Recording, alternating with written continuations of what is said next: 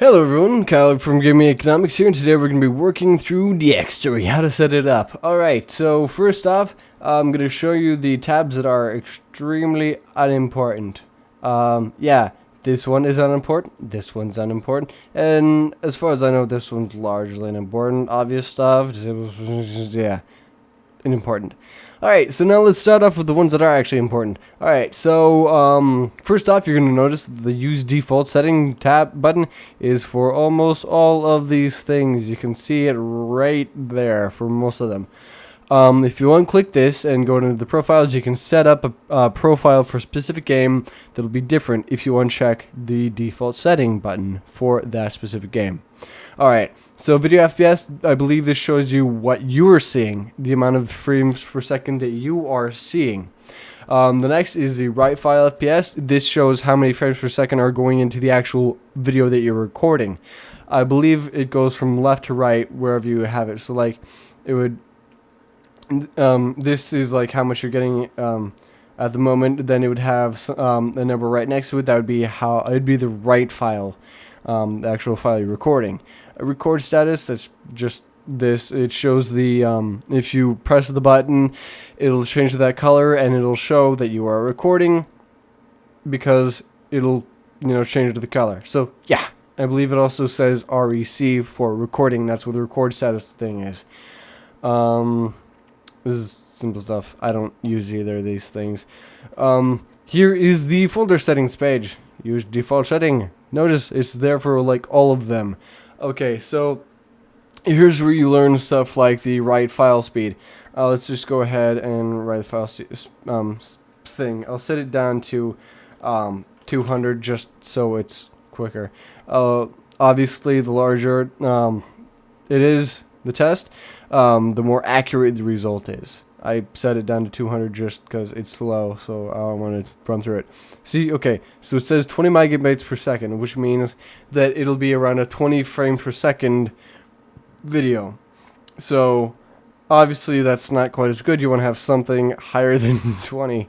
90 is good. I've heard some people say that around 120 is optimum. I really don't see the need for that.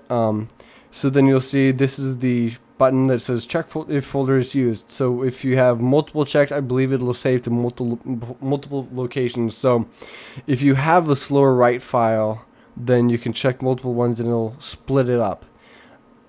I believe this is used in conjunction with the ROPCAP conversion, which I'll show you guys in a little bit. In order to add a folder, you just click add. It'll show you where you want to do that, just wherever. Yeah, and then if you press this button right here, it'll go to the folder. I'm not going to do that right now because I don't need to. And then the bottom right here shows you how to save your screenshots, so that's pretty important. There are also a few different buttons down here. There's ROPCAP conversion. We'll get into that a little bit later. AVI fix, I believe this is just if you have a broken file. I haven't really had the cost to use it. I don't really know what this one does, honestly. This is for live streaming, if I'm not mistaken. I'll get into that a little bit later. This is obviously key commands. Simple. Use default setting. It's there. Then this is another really important thing. This is the frame rate you record with. Unless you're planning on going back and doing some slow motion work, I wouldn't really worry about having anything higher than 30 frames per second. Because I don't really have any cause to. I would try not to do anything with the scaling. Just leave it as is. It's not that big. Margin, I haven't used margin, clipping, or scaling. It's just not important. Make sure your file format is either like AVI or ROPCAP. I believe ROPCAP is what you use if you have multiple different ones selected, so it'll save to different file locations to get rid of the whole slow hard drive issue, because it'll save a bunch of different files. Then you use ROPCAP conversion, I believe, to combine all the files. That is, again, if you have a slow hard drive and want to get over that. From what I've heard, I've never actually used it, so I can't speak to its effectiveness. I have, okay, here, click this pen. I have mine on low quality compression.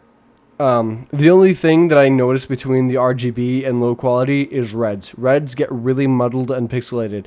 So if you have a high hard drive space and you have really massive hard drive, like 4 terabytes or whatever, I don't know,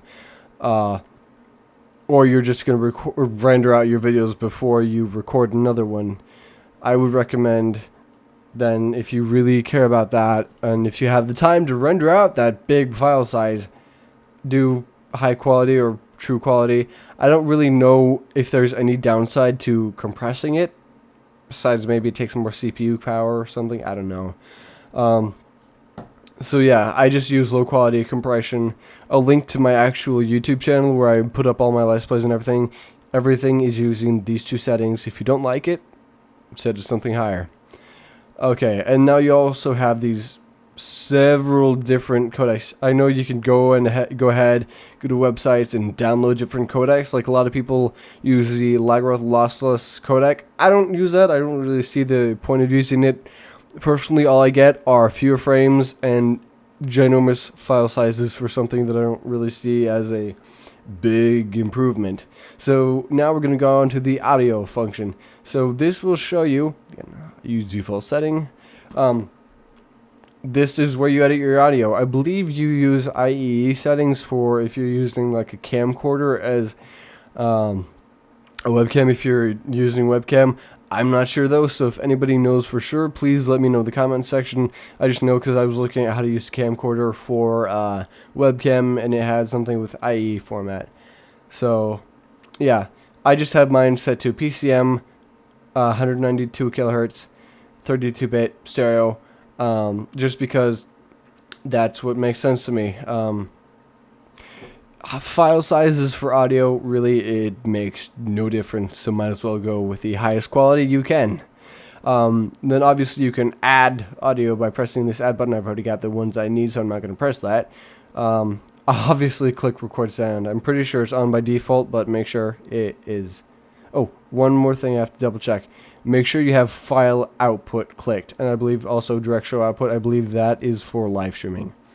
So like if you're using OBS, you'd go to like video capture device and then you'd route it to DXtory.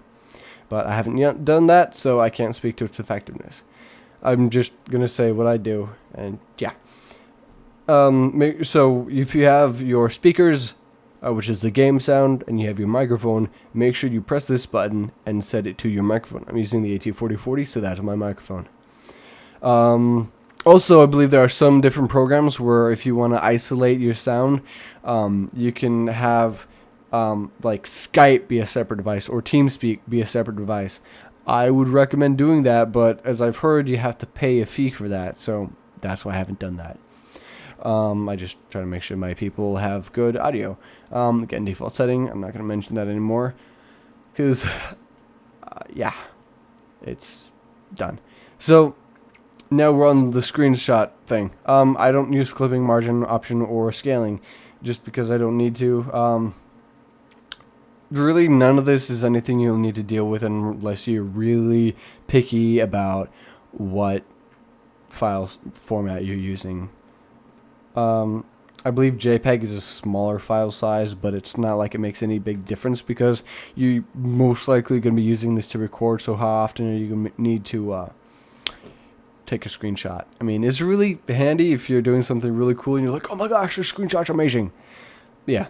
Here's where you get a lot of the technical stuff, like a lot of things where if you have conflicting graphics card drivers and they don't really like it, a lot of these will fix things.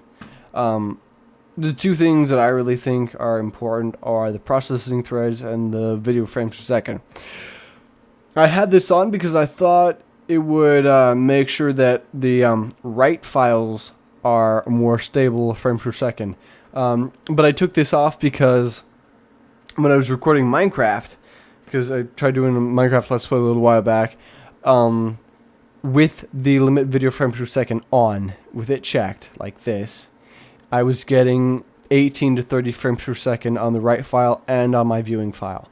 That obviously isn't good because I have a pretty nice computer. So I took that off, and all of a sudden I was getting 90 frames per second. It was a dramatic difference. So I don't really know if there's any reason to have it checked. The only game where it really seemed to make a difference was Minecraft. And I had it limited to 60 because that's what my monitor was capable of doing. It's a 60 hertz monitor. So I still really have no idea why it took Minecraft down to 30 frames per second, but that wasn't good. Then, as I said earlier, these two are pretty much worthless. I have no idea why this is a thing. Let's get into the profiles real quick. So every single time you boot up a game, it will create a new profile for the game. And I've tried using Aptifine, so that's why there are like 7 different things. Really, there are more like 5. Plus the launcher.